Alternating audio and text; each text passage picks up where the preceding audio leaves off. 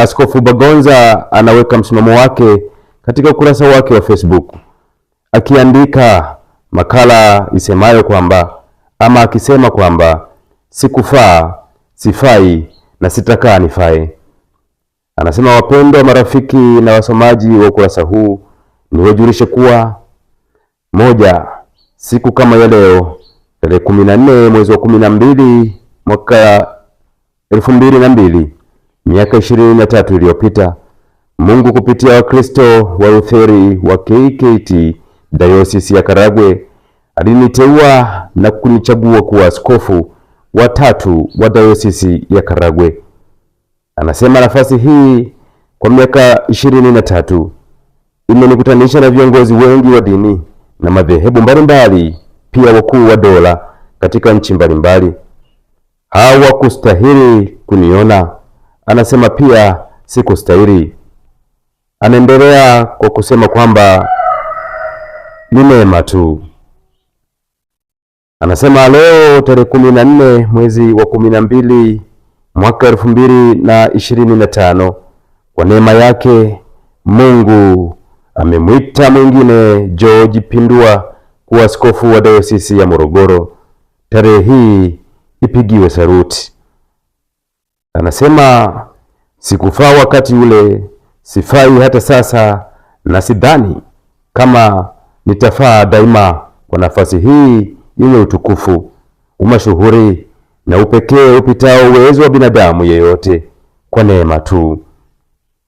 Askofu Bagonza anaendelea kusema kwamba katika ukuu wa umungu wake ilimpendeza Mungu kuniita mimi.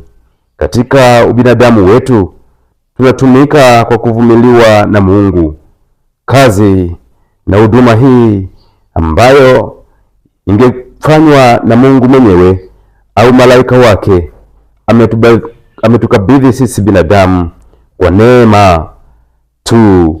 Yeyote aliyepewa zamu hana la kujivunia, nyenyekea, si udhaifu. Askofu Bagonza anaendelea kwa kusema kwamba wanaona udhaifu na kutofaa kwangu katika huduma hii ya uaskofu hawakosei, ndivyo ilivyo. Na washukuru daima kwa kunikumbusha kutofaa kwangu. Nayajua mengi yangu kuliko wanayoyajua. Anasema nasubiri kwa hamu Mungu amlete malaika wake kwa nafasi hii. Anaendelea kwa kusema, ninazo dhambi zimenishinda kuzishinda. Anasema kwanza, kuona yasiyofaa, yasiyo sawa, nikakaa kimya. Anasema nashindwa, mniombee niache. Pili, kuonewa, nikaapa kutosamehe, kisha nikajikuta nimesamehe. Anasema tatu, kuona mtu anaonewa nikapita hata kama ni adui yangu, mniombee na kunisamehe kwa dhambi hizi, kiherehere kinanisumbua.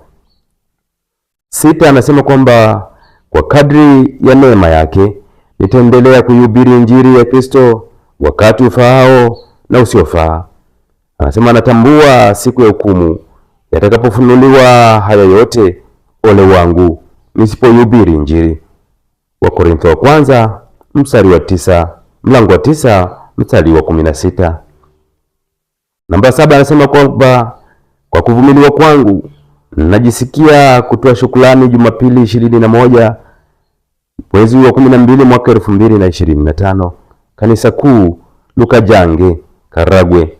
Siku hiyo pamoja na mwenzangu Askofu Dr. Daniel Mono wa Dayosisi ya Mwanga tutawabariki wachungaji wapya 5 na makaka, yani brothers wawili. Karibu mnisindikize ninapotoa shukrani ya kuvumiliwa. Wajaruo wote wanakaribishwa hata kama hawana sadaka wala viatu vya kuvaa kanisani. Benson, Karagwensis.